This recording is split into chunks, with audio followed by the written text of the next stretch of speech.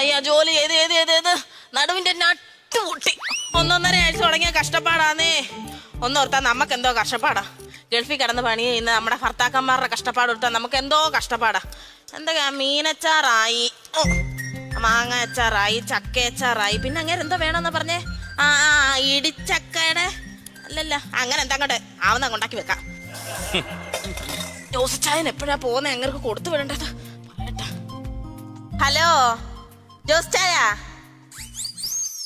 ദോശയും ചായ എന്നല്ല പറഞ്ഞ. അമ്മച്ചി കാര്യം പറയാതെ ഇച്ചായൻ്റെ ഒന്ന് കൊടുത്താ ഞാൻ കാര്യം അങ്ങനോട് പറഞ്ഞോളാം. ജോസിച്ചായ പോകുമ്പോ എന്റെ ചേട്ടന് കൊണ്ടുപോകാനുള്ള അച്ചാറ് മറക്കാതെ കൊണ്ടുപോകണേ. നാളെ വൈകിട്ടത്തേക്ക് ഞാൻ അങ്ങ് എത്തിക്കാം. ഓ വരുത്തൊന്നുമില്ല, ഈ അടുത്തിടയ്ക്ക് ഒന്നും വരത്തില്ല. അറബി വിടത്തില്ല, 6 മാസത്തേക്ക് വിടത്തില്ല.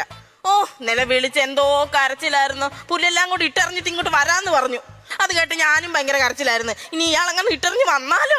പിന്നെ ഒരുവിധം സമാധാനിപ്പിച്ച് ഞാൻ അവിടെ നിർത്തി.